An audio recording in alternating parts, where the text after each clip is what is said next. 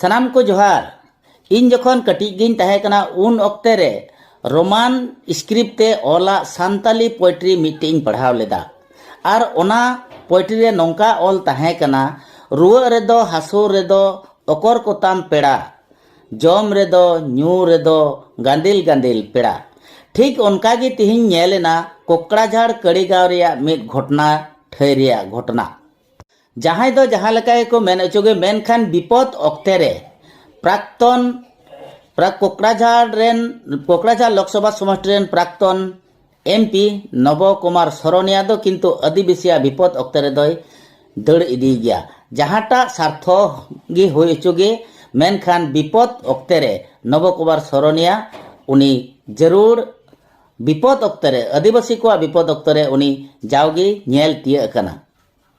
Are निया चलावेन लोकसभा ऑक्ते रे ओंडेनी जहां स्टैंडिंग एमपी कनाय उनी जितवी लगी ओंडे तीना आदिवासी दल संगठन तीना मेना को मंझी पारानिक आर सानाम रायती को मिलाव कते अडी ढेर भोट तको जितव किदिया आर उनकुआ आस ताहे कना जे आदिवासी रिया शेड्यूलिंग रिया कथा आर आदिवासी थक को जहां ओंडेना समस्या मेना ओना जत्तो लेकान समस्या जेमन पार्लियामेंट रे उत्थापन ओना आस आर भरोसा दो कते किंतु ओंडेने एमपी को कोकड़ाझाड़ लोकसभा समष्टि के अडी ढेर भोट तको जितव लेदिया मेनखान नय चलावेन 19 तारीख रे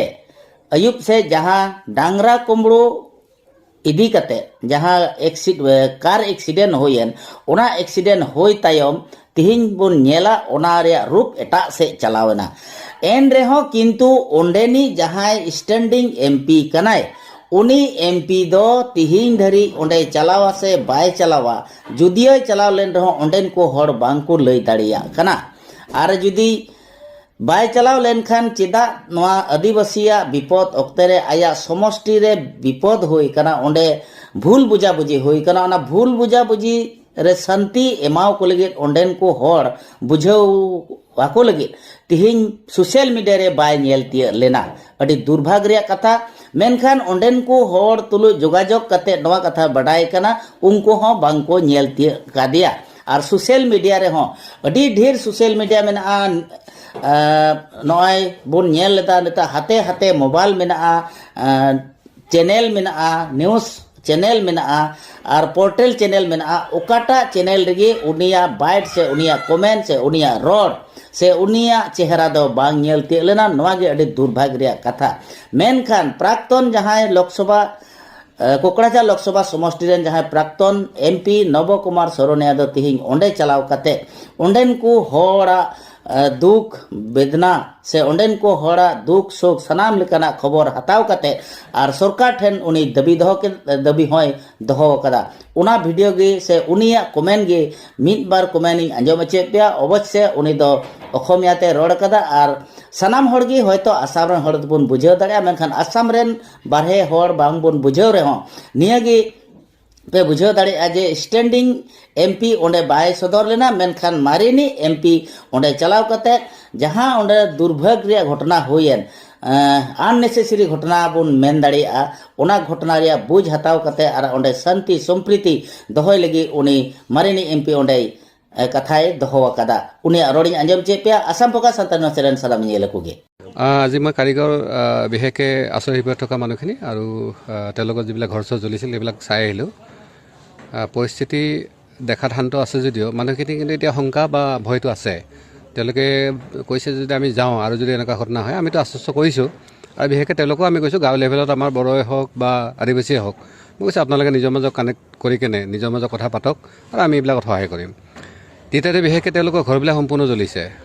মই আমাৰ ডিচি ডাঙৰলৈ কথা পাতিছিলোঁ চৰকাৰে অলৰেডি প্ৰতিটো ক্ষতিগ্ৰস্ত পৰিয়ালক প্ৰায় 50,000 টকা দিয়াৰ কথা কৈছে কিন্তু মানুহখিনি কৈছে যে আমাৰ প্ৰায় বহুতৰ 20, 30, 40 মন 50 মন ওজন ধান পুৰা গৈছে তেওঁলোকৰ কানেক্টিভিটি গেছৰ কানেক্টিভিটি নহয় গ'ল আপোনাৰ কাৰেণ্টটো নহয় গ'ল তাৰ লগতে তেওঁলোকৰ মানে টমটম গাড়ী জ্বলিছে বাইক জ্বলিছে তাৰপিছত কি কয় 11টো গাহৰি আছিলে, গাহৰি মানে 30টা গাহৰি মাত্ৰ 8টা আছে। তেওঁলোকে লোন লৈ মানে হেৰি কৰিছিলে, ল'ৰা ছোৱালী কিতাপ পাতি চব পঢ়া গ'ল। ইতিমধ্যে পানীৰ কমিউনিকেশ্যনটো তাত যদিও পাইপ আছে, পানী নাই। আৰু দমকলবিলাক প্ৰায় বেয়া হৈছে, তাৰ মটৰ বেয়া হৈছে, দমকলটো প্ৰায় হয়তো ভাঙা চিঙা হৈ গৈছে, এনেকুৱা ধৰণৰ হৈছে। পানীৰ বিশেষকৈ সমস্যা। আজিও 2-এটা জেগাত দেখিছোঁ যে গণটো ওলাই আছে আৰু ধান অলপ জ্বলিও আছে। তেওঁলোকে পানীৰ অভাৱত নোমাব পৰা নাই বুলি কৈছে। গতিকে এই ধৰণৰ কৈছে। মই সেইকাৰণে আপোনালোকৰ জৰিয়তে প্ৰথম হ'ল গভৰ্ণমেণ্টক মই এটা কথাত লোকসকলক আশ্বস্ত কৰাৰ আগতে, বড়োই হওক বা বাকী আদিবাসীয়ে হওক, যে আহি থকা দিনত যাতে এনেকুৱা ধৰণৰ যিটো চেণ্টিমেণ্ট আছে বা এনেকুৱা ধৰণৰ যাতে অৱস্থা নহয়, তাৰ কাৰণে প্ৰিভেণ্টিভ মেজাৰ্ছ কিছু ল'ব লাগে। কেম্প বনাই হওক বা মানুহখিনিৰ মাজত কমিউনিকেশ্যন বা কি কয় এৱেৰনেছ প্ৰগ্ৰেম কৰিয়ে হওক। তেতিয়া তেওঁলোকক কমচে কম ঘৰবিলাক বনাই দিব লাগে। যি যায় চৰকাৰৰ 2-2.5 লাখ টকা যি যায় চৰকাৰী আঁচনিৰ জৰিয়তে হওক, যেনেকৈ নহওক। দ্বিতীয়তে তেওঁলোক ক্ষতিপূৰণবিলাক যদি দিয়ে, ইভেন কিছু বড়ো ভাই শিবিৰত থকা বুলি কৈছে, তেওঁলোকৰ যদি তেনেকুৱা আছে তেওঁলোকক দিয়ক। আৰু এটা কথা খুব যে আমি যিখন গাঁৱত ঘৰ জ্বলিছে, য'ত ঘটনা হৈছিল সেইখন গাঁৱৰ পৰা দূৰৰ গাঁও। মানুহখিনি গাঁৱতে এইখন গাঁৱৰ মানুহে গমেই নাপায়, কিন্তু এইখন গাঁৱৰো 9জন উঠাইছে। গতিকে যদি তেওঁলোকে দোষী নহয় বা তেওঁলোক ঘটনাত জড়িত নাই, মই ভাবোঁ তেওঁলোকক এৰি দিব লাগে, তেওঁলোক প্ৰচিকিউশ্যন নিব নালাগে। যিসকলক দোষী পাইছে, প্ৰমাণ পাইছে, তেওঁলোক প্ৰচিকিউশ্যন কৰক, সেইটো মোৰ পৰা দাবী থাকিল। আৰু আমি সামগ্ৰিকভাৱে গোটেই বিটিচিবাসীক আমি অনুৰোধ জনাইছোঁ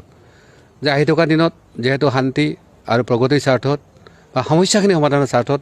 আমি অলপ ধৈৰ্য সংযম হৈ কিবা বাদ বিবাদ থাকিলেও আলোচনাৰ মাজেদি এইটো যাতে হ'ব লাগে। আৰু সঁচাকৈ সেইদিনা ঘটনাটো খুবেই আচৰিত, কাৰণ কিছুমান ক্ষেত্ৰত বড়ো ভাইসকল আদিবাসীসকলে একেলগে ডিউটি দিছিলে গৈছে, কিন্তু ক'ত যে হঠাৎ এনেকুৱা ঘটনা এটা হৈ গ'ল, এইটো মই ভাবোঁ একদম খুব মানে বৰ বেয়া এটা কথা হৈছে। আমি বিচাৰোঁ যে বিটিচিত শান্তি সম্প্ৰীতি স্থায়ী হওক। আৰু বিশেষকৈ পলিটিকেল লেভেলত আমি কিছু কথা দেখিছোঁ যে কোনোবাই কৈছে আজি হয়তো হাগ্ৰামৰ মহিলা ৰেহাইৰ কাৰণে বা কোনোবা নোহোৱাৰ কাৰণে, এনেকুৱা ধৰণৰ এইবিলাক কথা ওলাব নালাগে। কাৰণ আমাৰ ৰাইজসকল আজি 20-25 বছৰ ধৰি এই ধৰণৰ এটা সমস্যাত আছে, বড়োই কওক নাই বড়োই কওক। গতিকে সাধাৰণ ৰাইজৰ কথাখিনি চাই আমি এই ধৰণৰ ষ্টেটমেণ্টবিলাক বাদ দিব লাগে। অভাৰঅল বিটিচিত শান্তি হ'ব লাগে, বিটিচিত প্ৰগতি হ'ব লাগে, আৰু যিবিলাক মাটিকে আদি কৰি যিবিলাক সমস্যা আছে এইবিলাক এটা আসন সমাধান হ'ব লাগে। Assam Focus.